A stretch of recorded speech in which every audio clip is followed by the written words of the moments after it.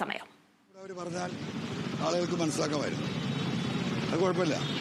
അൻവറിനെ പൂർണ്ണമായി തള്ളിയിരിക്കുന്നു. അതെ, എന്നോ തള്ളിയില്ലേ, പുതിയ സംഭവമല്ലല്ലോ. ഇപ്പോൾ എത്രയല്ലോ അല്ല, ഇന്നത്തെ ഒരു ദിവസം വെയിറ്റ് ചെയ്യും. നാളെ സീറ്റ് ഒന്നുമില്ലെങ്കിൽ അതിനനുസരിച്ചില്ല സഭയിൽ എന്തായാലും ഞാൻ കയറും.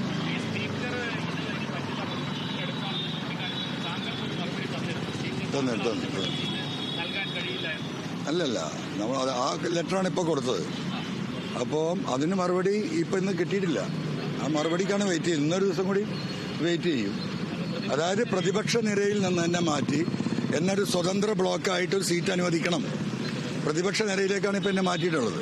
അതിന് ഞാൻ തയ്യാറല്ല. എനിക്ക് പ്രതിപക്ഷമല്ലാത്ത സിംഗിൾ ബ്ലോക്കായിട്ട് പ്രൈവറ്റ് എന്താ പറയുക സ്വതന്ത്ര ബ്ലോക്കായിട്ട് അനുവദിക്കണം എന്നാണ് പറഞ്ഞത്. അതിന് മറുപടിക്ക് വെയിറ്റ് ചെയ്യണം. അതിന്നുകൂടെ വെയിറ്റ് ചെയ്യും. അല്ല, സഭയിൽ അടിയല്ലേ നടക്കുന്നത്, ചർച്ചയല്ലല്ലോ. കയ്യാങ്കളി മാത്രമല്ലേ ഉള്ളൂ. ഇല്ല, എനിക്ക് എന്റെ നയം തന്നെ വിശദീകരിച്ച് കഴിഞ്ഞിട്ടില്ല. പിന്നെ ഇപ്പം അത് ശ്രദ്ധിക്കാൻ കഴിയില്ലല്ലോ. ഞാൻ എൻ്റെ ഈ പറയുന്ന DMK-യുടെ നയവിശദീകരണവും അത് ജനങ്ങളിൽ എത്തിക്കാനുള്ള പണിയിലാണ്. അതുകൊണ്ട് അത് ശ്രദ്ധിക്കാൻ പറ്റിയിട്ടില്ല. അതെ, അത് ജനങ്ങൾക്ക് അറിയാലോ. ഏതൊക്കെ കള്ളന്മാരാണ് പോലീസ് ഹെഡ്ക്വാർട്ടേഴ്സിൽ ഇരിക്കുന്നതെന്നും ആരാണ് കള്ളനെന്നൊക്കെ കേരളത്തിൽ ജനങ്ങൾക്കറിയാം. കമ്മ്യൂണിസ്റ്റ് പാർട്ടിക്ക് അത് മനസ്സിലായിട്ടില്ലെങ്കിൽ അതിന് ഒരു നിവൃത്തിയില്ല. കാലം അത് തെളിയിക്കും. ഈ ജനങ്ങളൊക്കെ പോളിംഗ് ബൂത്തിൽ പോകുമല്ലോ, അപ്പൊ നമുക്ക് കാണാം. അന്നത് തെളിയും. അത് എത്ര വട്ടം പറഞ്ഞു. അജിത് കുമാർ കസേരക്കളി, നമ്മളെ ഓണത്തിനൊക്കെ കസേരക്കളി ഉണ്ടാവില്ലേ എന്നത് പറഞ്ഞ പോലെ ഈ സീറ്റ് നാളെ സീറ്റിലേക്ക് മാറ്റിയിട്ട് എന്ത് കാര്യം? അദ്ദേഹത്തെ എന്താ പറയുക, ഡിസ്മിസ് ചെയ്യത്തക്ക രീതിയിലുള്ള കുറ്റങ്ങൾ ഏകദേശം DGP-യുടെ റിപ്പോർട്ടിൽ തന്നെ ഉണ്ട്. അറ്റ്ലീസ്റ്റ് ഒരു പ്രൊസീജിയർ എന്ന നിലക്ക് ഡിസ്മിസ് ചെയ്യണ്ടേ, സസ്പെൻഡ് ചെയ്യണ്ടേ? സസ്പെൻഡ് ചെയ്യണമെന്നാണ് DGP എഴുതി കൊടുത്തത്. അതുകൊണ്ടാണല്ലോ 30ാമത്തെ ദിവസം ഈ മറുപടി കൊടുത്തിട്ടും 2 ദിവസം നീണ്ടതെന്തിനാ? ആ സസ്പെൻഷൻ എന്ന അദ്ദേഹത്തിന്റെ വാചകം ഒഴിവാക്കി തൽസ്ഥാനത്തുനിന്ന് മാറ്റണമാക്കാൻ എന്ന CMO ഓഫീസിലെ നിർബന്ധം, ആ നിർബന്ധമാണ് ഈ 2 ദിവസം നീട്ടിക്കൊണ്ടുപോയത്. സസ്പെൻഷൻ നടത്തണമെന്നാണ് പോലീസ് ചീഫ് എന്ന് പറയുന്ന സ്റ്റേറ്റ് പോലീസ് ചീഫ് എന്ന് പറയുന്ന DGP കൊടുത്ത റിപ്പോർട്ട്. പക്ഷേ മുഖ്യമന്ത്രിയുടെ ഓഫീസ് അതിന് തയ്യാറല്ല. അതുകൊണ്ടാണ് 2 ദിവസം ബലം പിടിച്ചിരുന്നത്. അത് മാറ്റിക്കൊടുക്കാൻ പറഞ്ഞു. DGP അതിന് തയ്യാറായിട്ടില്ല എന്നാണ് മനസ്സിലാക്കുന്നത്.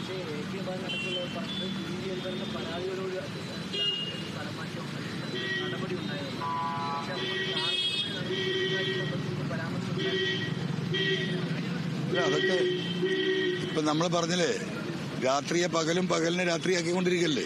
അത് എത്ര കാലം തുടരും? ഇതൊക്കെ എല്ലാവർക്കും ബോധ്യപ്പെടുന്നുണ്ട്. നമ്മളത് റിപ്പീറ്റ് ചെയ്ത് പറയേണ്ട കാര്യമില്ലല്ലോ. ഇപ്പൊ പാലക്കാട് തെരഞ്ഞെടുപ്പ്, അതുപോലെ തന്നെ ചേലക്കര തെരഞ്ഞെടുപ്പ് വരാൻ പോവാണ്. അതിലും കൃത്യമായ ധാരണയായി കഴിഞ്ഞു എന്നാണ് അവിടെ നിന്ന് മനസ്സിലാക്കാൻ കഴിയുന്നത്. പാലക്കാട് BJPക്ക് CPM വോട്ട് മറിക്കുന്നു.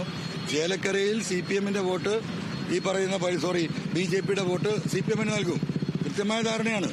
ഈ കേരളത്തിന്റെ നിയമസഭയിൽ ഒരു BJP-യുടെ MLA വരാൻ പോവുകയാണ് ഒരു 1.5 മാസത്തിനകത്ത്. അതാണ് ധാരണ. ആ ധാരണക്കൊക്കെ ചുക്കാൻ പിടിക്കുന്നത് ഈ പറയുന്ന അജിത് കുമാറാണ്. അപ്പൊ പിന്നെ സ്വാഭാവികമായിട്ടും അദ്ദേഹത്തെ തള്ളാൻ കഴിയില്ലല്ലോ.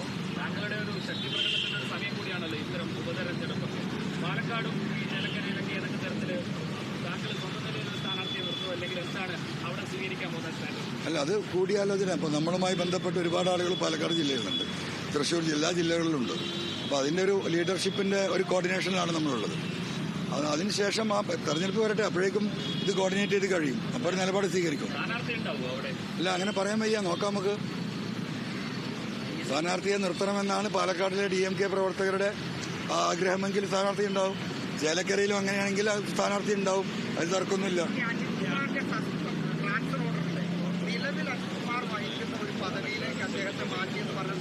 അത് അത്രയേ ഉള്ളൂ.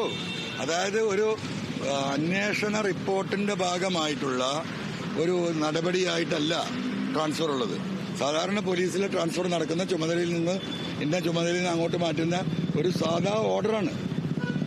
അല്ലാതെ ഇതൊരു അന്വേഷണത്തിന്റെ ഭാഗമായിട്ട് അദ്ദേഹത്തിന് വന്ന വീഴ്ചയുടെ പേരിലോ കുറ്റത്തിന്റെ പേരിലോ ഉള്ള ഒരു ട്രാൻസ്ഫറായിട്ട് ആ ഡോക്യുമെന്റ് വായിച്ചാൽ മനസ്സിലാവില്ല.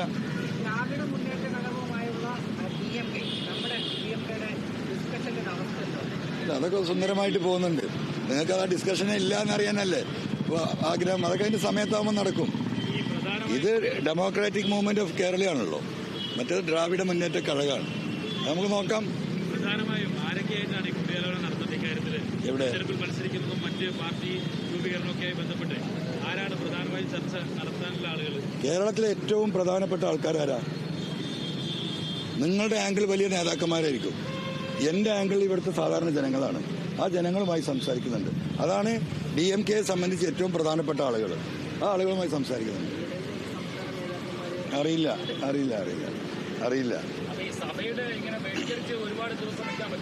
അല്ല, ഞാൻ ഇന്നും കൂടി ബഹിഷ്കരിക്കല്ലാതെ തീരുമാനം അറിഞ്ഞിട്ടേ കയറും. ഇന്ന് വൈകുന്നേരത്തോടു കൂടി അല്ലെങ്കിൽ നാളെ രാവിലെയോട് കൂടി തീരുമാനം ഇല്ലെങ്കിൽ ഞാൻ സഭയിൽ കയറും. സഭയിൽ ആ സീറ്റിൽ ഞാൻ ഇരിക്കില്ല. അവിടെ തറയിൽ ഇഷ്ടംപോലെ സ്ഥലം ഉണ്ടല്ലോ, അവിടെ ഇരിക്കും. എന്ത് സംശയം? തറ അത്ര മോശപ്പെട്ട സ്ഥലമൊന്നുമല്ല.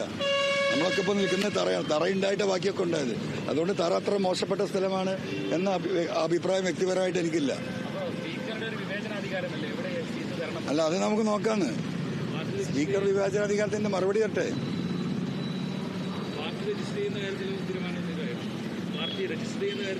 ഇല്ല, അതായി വരുന്നേ ഉള്ളൂ. അൻവർ ഉന്നയിച്ച കാര്യങ്ങളാണ് സഭയിൽ ഇപ്പോൾ വരുന്നത്. അപ്പോൾ ഇങ്ങനെ മാറി നിൽക്കുന്നത് ശരിയാണോ? അല്ല, മാറ്റി നിർത്തിയതല്ലേ. ഞാനവിടെ പോയിട്ട് പ്രതിപക്ഷത്തിന് കൂടെ എനിക്ക് ഇരിക്കാൻ പറ്റുമോ? താങ്കളെ പ്രതിപക്ഷ ബെഞ്ചിലേക്ക് മാറ്റിയെന്ന് പറഞ്ഞു. ഇരിക്കോ? നിങ്ങളിരിക്കോ? നിങ്ങളാണെങ്കിൽ ഇരിക്കോ? അതുകൊണ്ടാണ് തറയിലിരിക്കുമെന്ന് പറഞ്ഞ്. ഇന്നൊരു ദിവസം കൂടെ വെയിറ്റ് ചെയ്യാം നമുക്ക്. ഓക്കെ, യെസ്, ജീവനുണ്ടെങ്കിൽ ഓക്കെ.